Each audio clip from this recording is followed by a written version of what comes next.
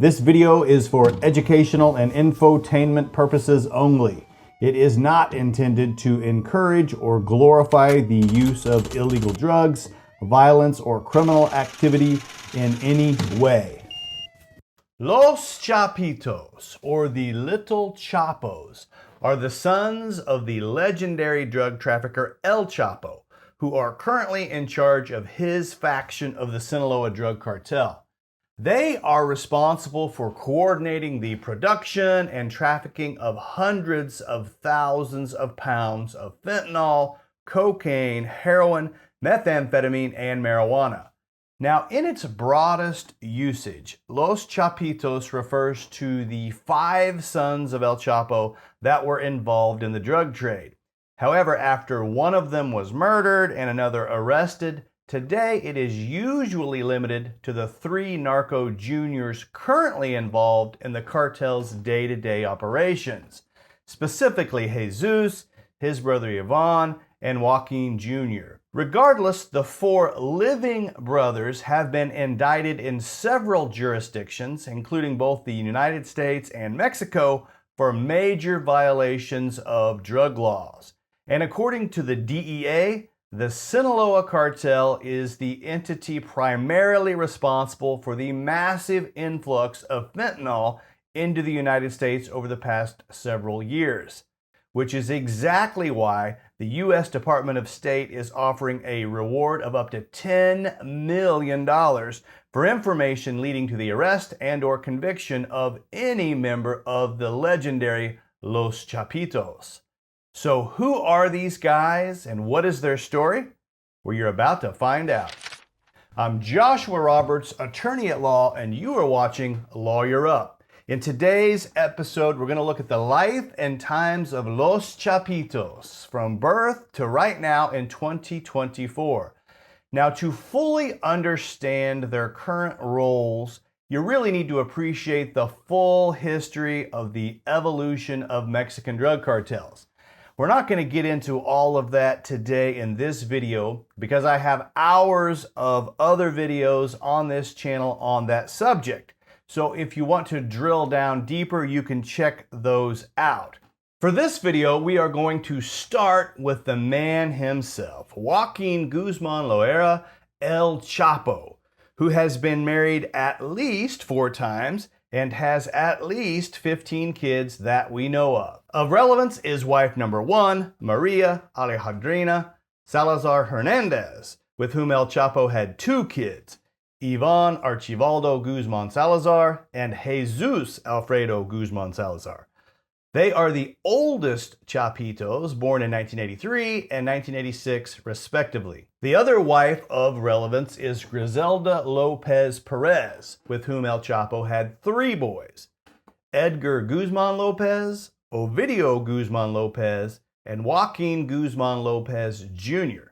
These 3 were born between 1986 and 1992. So El Chapo got his start in high-level drug trafficking in the early 80s with the Guadalajara cartel, which made billions of dollars until the fly in the ointment that was U.S. DEA agent Kiki Camarena. After Kiki led raids on a couple of major marijuana plantations, the GC sought revenge and they kidnapped and murdered him.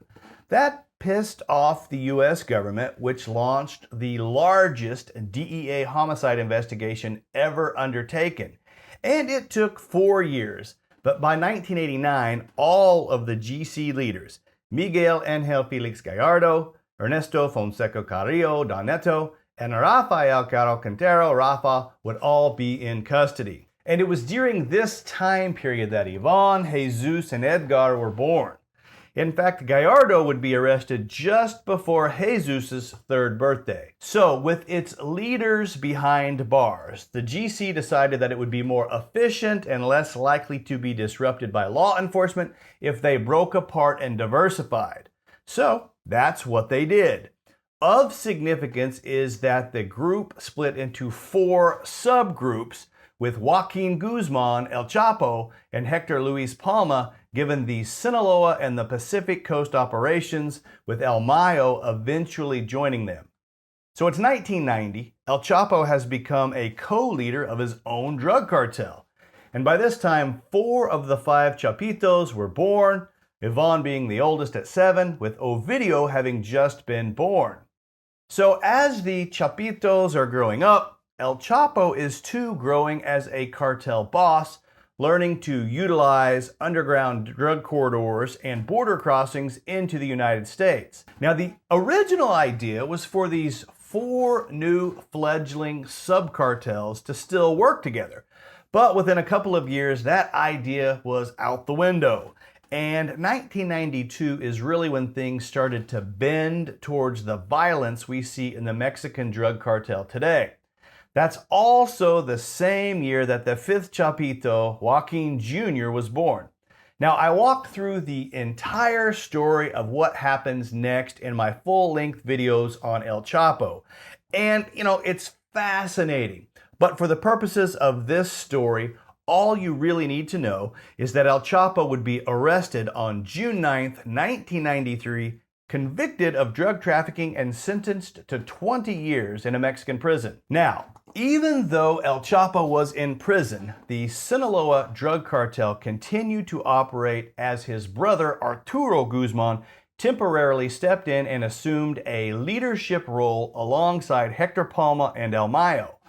Those 3 would head the cartel over the next 3 years until Palma was arrested and imprisoned in 1995. Then it was Arturo and Mayo until January 19th of 2001, when, in a group effort orchestrated and paid for by the Sinaloa drug cartel and executed internally through corrupt corrections officials, El Chapo was loaded into a laundry cart and rolled right out the front door of the prison. Escaped. And within a couple of days, El Chapo was back in charge of the Sinaloa cartel along with El Mayo. So it's 2001. El Chapo is reunited with his sons, now ranging in age from 9 to 18. The older boys are getting a taste of cartel activities at this point, and over the next 3 years, the Sinaloa drug cartel would become the world's leader in methamphetamine production and distribution. By 2004, Chapitos are pretty involved in the drug cartel world, sans Joaquin Jr., who is still only 12 at the time. And the other brothers would assist El Chapo and El Mayo to expand the power and reach of the Sinaloa drug cartel worldwide. The next major event would occur in 2008 when El Chapo allegedly made a deal with the DEA where he intentionally gave up some of his own cartel leaders, including Alfredo Beltran-Leyva, in exchange for continued operations free from arrest. This obviously did not sit too well with the other Beltran-Leyva brothers, who were lieutenants in the Sinaloa cartel, so they broke off and started their own syndicate. As for Los Chapitos, they all are now of age, and so they stepped into the lieutenant roles that were vacated by the Beltran-Leyvas when they departed. So by 2008, we have Los Chapitos in leadership roles with the Sinaloa drug cartel. And it's in this same year, on May 9th of 2008 to be exact, when tragedy would strike the family. On that day, 22-year-old Edgar Guzman, who had gone to the supermarket to buy groceries for an upcoming Mother's Day celebration, was talking outside of the market when at least 15 sicarios rolled up and opened fire. Reports were that over 500 shell casings were recovered from the area. The assailants even used a bazooka in the attack. And while it's disputed, most believe that the assassination of Edgar was carried out by the Beltran-Leyva organization in response to El Chapo's perceived betrayal of their family. So, from 2008 to 2014, El Chapo and the Chapitos primarily hid out in the Sierra Madre Mountains in the Triángulo Dorado, or the Golden Triangle region of Mexico between Sinaloa, Durango, and Chihuahua. And had El Chapo stayed hidden in that region, who knows? But he didn't. And his luck ran out when authorities tracked him down at a beachfront hotel in Mazatlan, and they arrested him on February 22nd of 2014. He was taken into custody after a brief struggle. He'd been on the lam for 13 15 years. And so with El Chapo gone again, the remaining Chapitos stepped into their father's primary leadership role within the Sinaloa cartel. And that's where things stood for about a year and a half until July 11th of 2015, the day El Chapo escaped prison for a second time. Then, what happened next has to be categorized in the truth is stranger than fiction category. El Chapo does his famous interview with actor Sean Penn that is published in the Rolling Stone magazine, because, why not? Now, it's hotly disputed as to whether this meeting actually led authorities to El Chapo's hidden location. Regardless, within a couple of months, Mexican special forces nabbed El Chapo in Operation Black Swan. The day was January 8, 2016, about 6 months after his second escape. And that would be the last day that El Chapo would ever walk the earth as a free man. After that, El Chapo was ultimately extradited to the United States, found guilty of numerous charges, and sentenced to life in prison plus 30 years. El Chapo is currently serving his sentence at the ADX Supermax prison in Florence, Colorado. That's the nation's new Alcatraz. It is considered the most secure prison in the United States, if not the world. It's a fascinating story on El Chapo, and I have multiple videos on that subject on my channel. So from 2016 forward, Los Chapitos took on a more permanent role as leaders of the Sinaloa cartel because there was no real hope of El Chapo's return after his extradition to the United States. And in August of 2016, members of the Jalisco New Generation Cartel, the CJNG, they would kidnap Jesus Alfredo and his brother Ivan Archibaldo and 4 other people from a restaurant in Puerto Vallarta. In response, El Mayo would threaten an all-out war against the CJNG if they harmed the Chapitos. El Chapo sent a message from jail that if anything happened to his sons, the same fate would befall the sons of the leadership of the CJNG. Ultimately, El Mencho Oseguera would choose peace over war and release the hostages unharmed. So by 2017, you have the Sinaloa cartel being run by Los Chapitos and El Mayo, and this caused friction, because the two sides really had very different philosophies on how you act as a leader of a drug cartel. El Mayo, he lays low, which is why he has never set foot in a prison after all these years. Los Chapitos, they're more ambitious and are known to show off their wealth and become far more visible.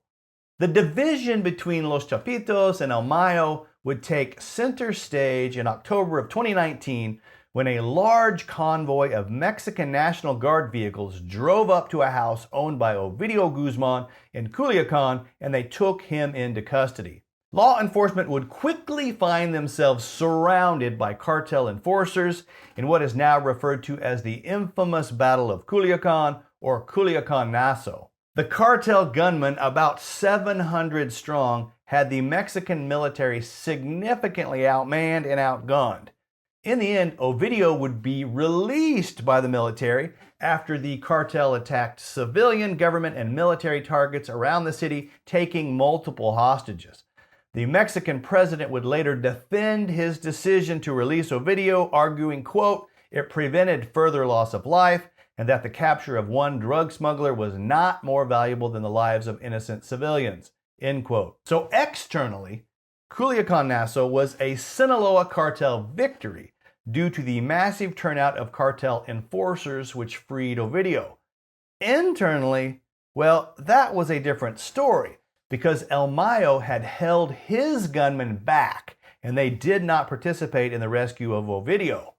As you might suspect, this did not go unnoticed, and it put a permanent wedge in the relationship between Los Chapitos and El Mayo, as they believed that he had turned his back on them in their time of need. Regardless, after Culiacanazo, Ovidio shot to fame, with photos of the defiant young narco going viral. And the government? Well, it was quite embarrassing for them, but they did not forget. Let's jump to December of 2022, more than 3 years after the government first tried to capture Ovidio. Military surveillance would reveal that on January 4th, 2023, Ovidio and his wife and 3 daughters, as well as his mother, were all gathered at his home in Jesus Maria for a holiday gathering. Little did they know that their peace was about to be shattered, as a few minutes before 4 a.m., the Mexican military descended upon the home from above in helicopters. Ovidio would run during a shootout between his gunmen and the military, but this time they had the firepower to take and keep Ovidio in custody. Again, the full story is available on my full-length video on Ovidio on this channel. So, with Ovidio's arrest and looming lengthy prison term, where does that leave the Sinaloa cartel today? Well, within Los Chapitos, the primary leadership of Ivan and Jesus remains intact, with Joaquin Jr. still in the picture as well. But that's just one faction. You also have El Mayo's bunch. Although rumor has it that El Mayo is actually no longer involved in the day-to-day operations due to his age and complications from his diabetes. Instead, one of his sons, who goes by Mayito Flaco, is rumored to be his heir apparent after another son, Mayito Gordo, was arrested and extradited to the United States. And then there are rumors that Aureliano Guzman, aka El Guano, one of El Chapo's other brothers, has his own faction. So the Sinaloa cartel, fractured as it may be, is still very much alive and still one of the most powerful drug trafficking organizations in the Western Hemisphere. So that's the update on Los Chapitos. I hope you enjoyed the video.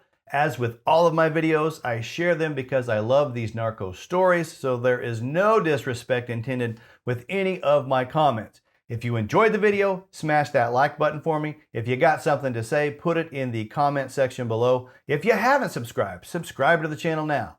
That's all I have for you today. My name is Joshua Roberts, attorney at law, and you've been watching Lawyer Up.